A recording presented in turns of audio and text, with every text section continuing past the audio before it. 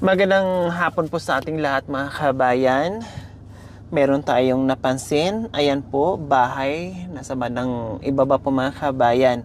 Nandito pa rin po tayo sa itaas ng kabundukan po. Siyempre babain natin. Ewan ko kung may tao yan. No? Mukhang tahimik at walang tao po mga kabayan. Tara, puntahan natin.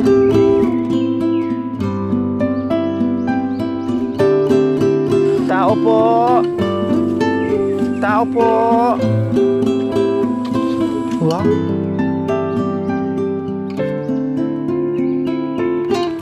Hello!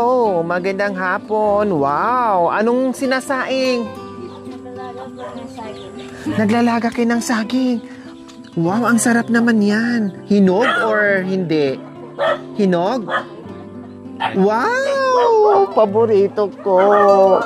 Talaga naman mga kabayan. Parang swerte ako ngayon Lagi ko lang itong mic ha. Apo. Parang napakaswerte ko ngayon kasi alam nyo naman, ang daming napapanood nyo sa akin na talagang mahilig. No? Ang daming alam, no? Ang daming nakakaalam na talagang mahilig ako sa saging. Tapos, tsumamba ako ngayon. No? Ang niluluto ni ate ay saging saba na hinog. O, hinog pa. Wow! Wala na, ito na lang. Meron po doon kung gusto niyo magdala. Dagdagan mo, pwede? Sige po. Ay, ipauwi mo sa akin? Hindi po, kung gusto niyo po magdadala po kay mamaya. Magdadala ako mamaya. O, sige, ito na lang. Baka mabawasan mamaya yung ipapauwi. Masarap kasi ito iprito. Iprito or nilaga. O kahit anong klaseng luto. Bananakyo. Basta pag saging. Nako, ako'y tuwang-tuwa na. Pang merienda? Hindi po, wala po kami ganun. Kaya yan po. Walang kakain bigas? po namin ang tanghalian po. Oh. Saka yung anak ko po, sumasakit din po yung Yung ngipin. kaya may lagnat po. Umuubo. Wala kayong, akala pang merienda nyo, wala kayong maisay, walang bigas, kaya ito na ang tanghalian nyo. Kasi bukas pa po kayo magtitinda. Sa akin din po yung titinda po namin. Sa Mga hinog din? Opo. Wow! Grabe naman, no? Kaya Talagang, yung mga biyanan ko po nasa ilog po, nagkakarap din po ng mga, kahit meragdag po sa kalakal, yung mga pako, ano po. nangunguha sila para ibenta. Anong pangalan mo? Rika Tamay po. Rika. Ilang taon na si Ate Rika? Magti-26 na po sa December. 26 ka lang? Opo, December 20. December 20? Ka-birthday? Lun mo ka-birthday kita. Ito rin po, Mahilig ka rin sa saging. Opo. Oh no, kaya pala pahilig sa saging kasi magka-birthday kami. December 20 ang birthday mo. Opo. Parehas tayo, December 20 din. O anong handa mo sa December? Para papunta ako, sabi na natin yung birthday. Pero, makiki-birthday lang ako. Siyempre, ikaw yung maghanda. Opo.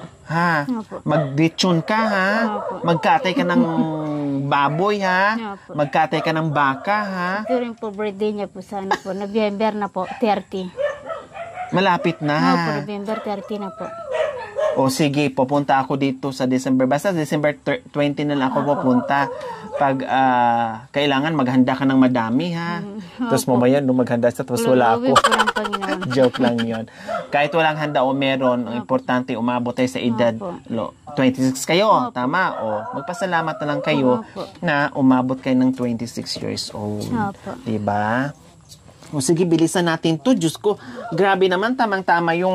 Buntis nga rin po ako mga anak po sa November po. Pangalawa na po. Malapit na. Sa November na po. Babae, lalaki. Babae rin po. Babae, kung di maghahabol ka na naman ulit. Yung una po, yung pangalawa po.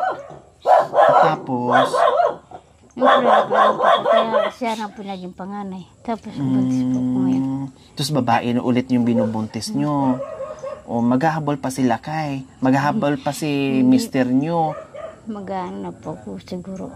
Kasi wala pang lalaki. Ganun kasi sila. Pag wala lalaki, hala sige. Hanggat umabot ang isang dosena. Magpapaano naman na po ako siguro. Yung ano po. Control muna. Tama yung ginawa mo o inisip mo. Control muna kasi mahirap ang buhay, di ba? Mahirap ang buhay o tulad nito, walang sasaingin. No, although masarap naman, maganda naman. Siyempre pag mga bata hindi naman pwede na araw-araw ganito na lang yung kakain nila, maghahanap din sila ng ulam, masarap na ulam, kanin, di ba? Kaya tama lang yung naisip mo na control mo na, wag mo na magdagdag Opo. pag lumabas na yan. Opo. Tama na yun, di ba? Opo. Okay, sige. So, ayan po mga kabayan. Ariko.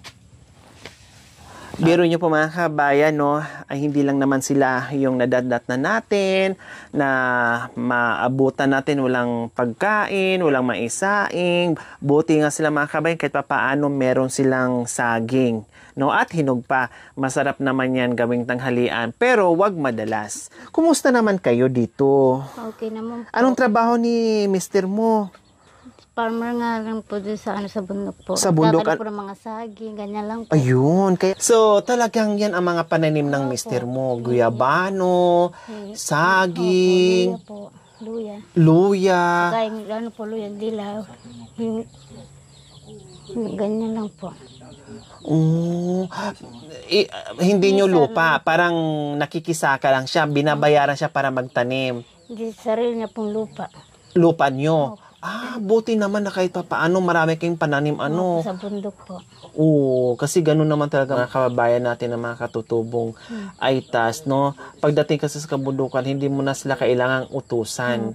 Talagang napakagaling na nila, no? Lahat ng klaseng pwedeng mapakinabangan nila ay tinatanim nila. So, yun lang yung ginagawa ng mister mo araw-araw. Basta yung mga alam po nandyan sa ano po yung mga yung bayabas po saka yung mga biyaba na saging. Tinanim na po niya. Wow! May mga bayabas ba ngayon? Pero wala na po yata ng Wala nang bunga. Guyabano wala na. Ewan ko po kung meron po yung natira nung nagtinda po. So, ano ngayon ang na-harvest niya, ititinda niyo bukas? Yun nga lang po saging. Saging. Yung saging nyo, kinakalburo nyo. Yung natural yung hinog niya. Yun ang masarap. Minsan po yung daw lang po ng hindi ko po alam yung yung kahoy na, basta yung dahon lang po. Yung parang bilog. Opo. Na nakukuha din sa bundok. Oo, paano yun, Ate Rica? Ang layo dito sa bayan. Siyempre, mamasahe pa, gasolina. Kahit nga po yung tubig, malayo po dito. Pag Isang kinag-iigib kasi hindi po sa sapa sa po, malayo din po sa sapa. Pero yung inumin nyo, Yun din po. sa sapa? Opo, galing na po sa pader. Hindi na po sapa yung yung pinagliliwan. Yung mga parang... Oo, tama. Yung parang mga bukal-bukal na nilalagyan nyo ng parang kunting hukay. Yun na, akala ko sa mismong sapa. Oo nga, ito ang problema pag nandito ka sa kabundukan. Siyempre, hindi ka naman pwede magpuso, kahit may gripo, hindi naman makakaakyat yung tubig. No, kailangan yung mga ganyan-ganyan lang talaga sa gilid-gilid ng sapa, no, na merong tubig na galing sa mga puno ng mga kahoy, no, nagkakaroon ng tubig, at yun yung iniinom nyo. Yan din yung iniinom namin dati, Ate Rica, nung ako'y nasa bundok. Okay lang naman po kasi pag kung sanay ka na rin po sa kung ano po yung pamuhay po, parang kung ano po meron sa'yo, parang masaya ka na po. Kontento na. Diba, kunwari magtinda po kami bukas, kahit maka 1,000 lang po kami. Yan na po namin, makabili na po kami ng bigas kahit 3 kilo, ganun po. Kumbaga kontento na kayo. Hindi na kinagahangad ng kung ano-ano pa. Basta makabenta lang kayo, 1,000. Tapos gagamitin naman ng ilang araw yan bago makabenta ulit, Ate Rica. Matagal na naman na ilang araw naman kasi ang saging, di ba, hindi naman araw-araw harvest, hindi naman araw-araw merong magulang, di ba? Hindi naman araw-araw na merong makukuhang pananim doon sa bukid. Ate Maricar, paano yung saging nyo? Sabi nyo, wala kayo na isaing ng tanghalian. Tapos alanganin na, parang merienda, parang maya-maya pwede na rin hapunan. Ano yan? Pinagsama nyo na yung tanghalian? Parang pinagsama na rin po. Pinagsama na yung tanghalian, merienda, hapunan. Pero kanapong umaga, nagsahin po kami ng bigas po. Kaninang umaga nagsaing kayo. Tapos ngayon, wala na. And then mamaya, ito na yung hapunan nyo. Paano bukas? Sigurado po kami na bukas kasi po, hindi mo na po matisin. Pero yung bata po. Magtinda na talaga sila bukas, mga kabayan. Pipilitin lang makabenta sila bukas kasi hindi na nga nila matitiis yung mga bata. Ang mga magulang, tayo may tayong mga magulang natitiis natin, no, na kahit hindi tayo kakain sa buong mag-araw, Kahit po buong kumain ka maghapon. Pero yung mga bata kasi hindi pwede, Hindi na po nila matiis yung ano po. tama, hindi matiis at umiiyak talaga sila pag nagugutom sila. Kaya tama yung ginawa niya, no? Tipid-tipid mo na sa bigas, kaninang umaga, nagsaing, tanghalian, saging, mamayang hapon, saging, bukas na naman uli, bago sila makabenta ulit, no, ay meron pa silang masasaing bukas. Yung ano po, yung maliit pa po yung ano ng baboy ramo po. Nahuli po nila doon sa... Baboy ramo. Opo, doon po sa Di ba baba. yung baboy ramo, ang itsura niyan is kulay black na may po. pangil? Opo. Yun. Opo, doon po sa baba. Paano yun nahuli? Mabilis yun, tumakbo, mailap sa tao. Marami po sila, saka ano po, di ba pag Pinana nila? hindi po, talagang nahuli po yung dumam po doon sa yung natawag po nilang ano, yung talagang daan po nila, meron pong nandun na nakaabang na. Dumam po doon yung mga ano, anak ng ano po. O marami sila. Pero yung nanay po niya, nakuha po nila. Yung Yung pinakananay? Opo, napatay ba? Yung Ah, anak po, tumakbo po sila, may nakana po doon sa daan nila. Nahuli po yung tatlo. ang nanay kinatay na. Opo. Ang baby Yung nandiyan. po niya, alagaan po niya. Hati-hati sila dyan. Hindi po. O sa kanya na Sa yan. kanya po. Pwede makita natin yung nahuli? Andun po, O opo. tara. Hello, ikaw yung asawa ni. Ayan po. Ano sa baba. pangalan mo? Arnold po. Ha? Arnold. Si Kuya Arnold. Ilang taon ka na, Kuya Arnold? 22 po siya. 22 po. Matanda po ako sa kanya. Matanda po siya. Bakit matanda siya? Ha? Bakit bata siya? Ewan ko rin. Bahala kayong dalawa. Oh, gusto ko makakita ng baboy ramo na Ayan ano. po sa baba. Pwedeng ano? Pwede po lapitan. Lapitan? Opo, pwede. O tara, sige. Ay, dyan ka na lang ate kasi buntis ka. Delikado dyan ka na lang. Buntis ka eh. Ayan po mga kabayan, nabanggit ng kayang asawa na si Kuya Arnold ay nakahuli ng baboy ramo. So ito, gusto makakita talaga ng aktual na baboy ramo. Kung talagang, ay oo nga, yung itsura niya, di ba? Kasi pag mga ganyan, Kuya Arnold, mahaba yung nguso, tama? Oo. Yung pangin niya wala pa, no? Wala pa kasi bata pa. Pero ilang buwan na kaya yan? Medyo magiging magiging 5 buwan na rin. 5 buwan na siya. Oo. Hello. Nasaan na yung mama mo? Matapang sila? Hindi po. Nangangagat? Hindi po. Pero yung mother niya na nahuli nyo na kinatay nyo, nangangagat? Oo, mabait. Malaking pangil? Oo, mabait. Anong pagkain niya? Puro damo? Misa pag may tira-tirang konting kanin, binibigyan din namin. Pero sa bundok, ano mga kinakain nila sa bundok? Kumakain sila ng mga prutas din sa bundok, yung iba-ibang kinakain. nila Prutas! Di ba ang mga prutas? Katulad yung mga may Hindi puno. yung prutas Ay, na- mga nakalaglagan. Oo, sa laglag. Yun na lang kinabubuhay nila. Saan banda? Saan banda Dahil dito? sa mga bukid-bukid na. Meron pa pala ditong mga baboy Oo. ramo? Di ba ang mga baboy ramo, mailap yan? Oo, mailap. Doon yan sila sa mga Na- walang tao. Oo. Nauli ang bata pa, maliit pa. Baby pa talaga siya. Ilang piraso nahuli yung... 6 sila, pinakawalan yung 5. Dahil naawa yung nakahuli. Akala niya hindi mabubuhay. O Pero- paano yun? Kinatay nyo na yung inahin. Nauli yung bilas ko, ginawa ko, kinuha ko sa kanya. Alagayin ko kako para mabubuhay.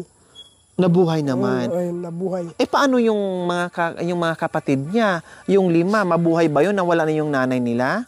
Ewan ko kung nabuhay po yun dahil pinakawala sa bundok kasi. Dapat kinuha nyo na inalagaan, pinalaki, tapos pinapakawalan na lang para hindi mauubos yung baboy ramo. Paano ba manghuli ng baboy ramo pag halimbawa yung mga malalaki na pinapana? Paano ba? Binabaril ng may baril ka yung sulpak po, yun yung pinanguhuli nila po. Talagang babarilin sila. Oo, kasi nangangagat po. Hindi po pwede mahawakan kung nasa bukid po sila, kakagating ka po. Kasi lalo na, ang laki ng mga pangil, di ba? Pag mga baby, pwede pa. Oo. Pero yung mga ganyan, kasi lumaki na kasi sila dito, kaya maamo na. Oo. Ang haba ng nguso niya. Oo. Nasanay na sila sa tao. Nasanay. Pero pag malaki yan, talagang nangahabol pa yan, di ba? Oo. Oh, lalaki, adi, tama. Lalaki po. Oh. Paano yan? Pinalaki mo. Pag lumaki na yan, pakawalan mo? Hindi po. Anong gagawin?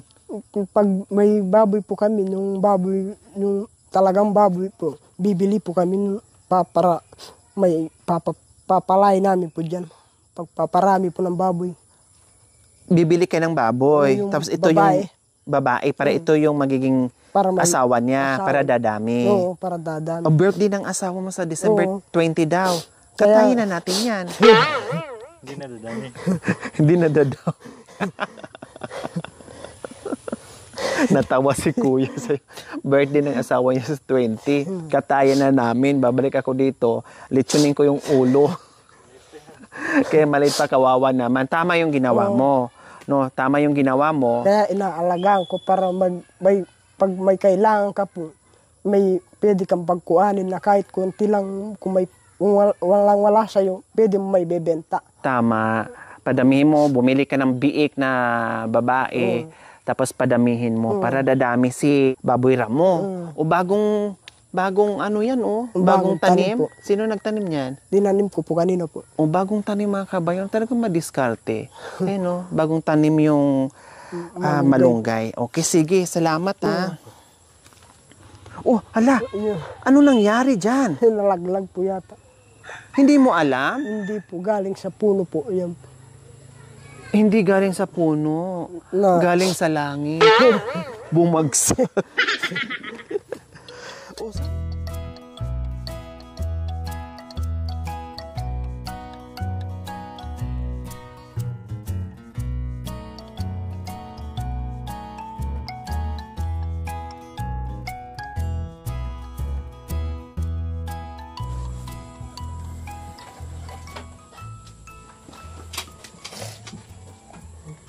Yan.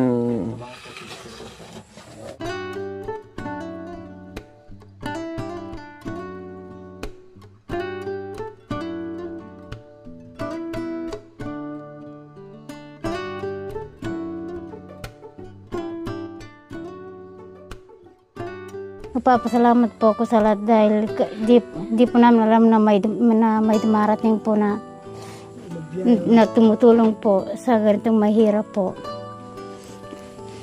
Ayan, walang Ganito po anuman. na nagbigay po ko ng pera na nagamit ko na po sa mga gagamitin po sa bahay sa gamit ng anak ko. Ayun.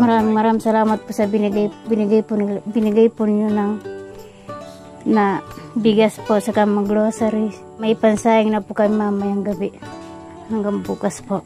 Birthday niya sa December 20. Anong Opo. ihahanda mo sa kanya? Maghanda po ako kahit anong mahanda-handa po. Kahit ano ihanda niyo. No po, at least po. At least maano mo yung birthday ng anak. Hindi. Mga gamit. Tapos, sabi niya kanina, ang gusto kasi ni Ate request niya ay gusto niya maglechon daw. Oh, pwede rin po. Pwede. Okay pala daw yung lechon. No po. Yung nakatali doon. Lagay mo ang katang. O ano daw? Ano sabi niya? Tinatanong po niya kung gusto mo raw po makuha ka po niyang ano po, ng ninang po ba o Nina? Bakit? Anong meron? hindi na, ano Okay, sige. Pwede, walang problema. O, ninong-ninang. Doble na, dalawa na agad. No problem. Basta, sabihin mo lang sa akin pag magpabinyag ka na. Ha? So, ayan po mga kabayan. Maraming salamat po sa walang sawang pagmamahal. Ma'am Lani from California. And sa ating silent sponsor, maraming salamat po sa inyong ginintuang puso. Naway pagpalain po tayo ng Panginoong Diyos sa araw-araw. Naway ibigyan po tayo ng kalakasan ng katawan sa araw-araw. Naway ibigyan po tayo ng mahabang buhay pang sa ganon. Marami po tayong matulungan na gaya nila. So mga kabayan,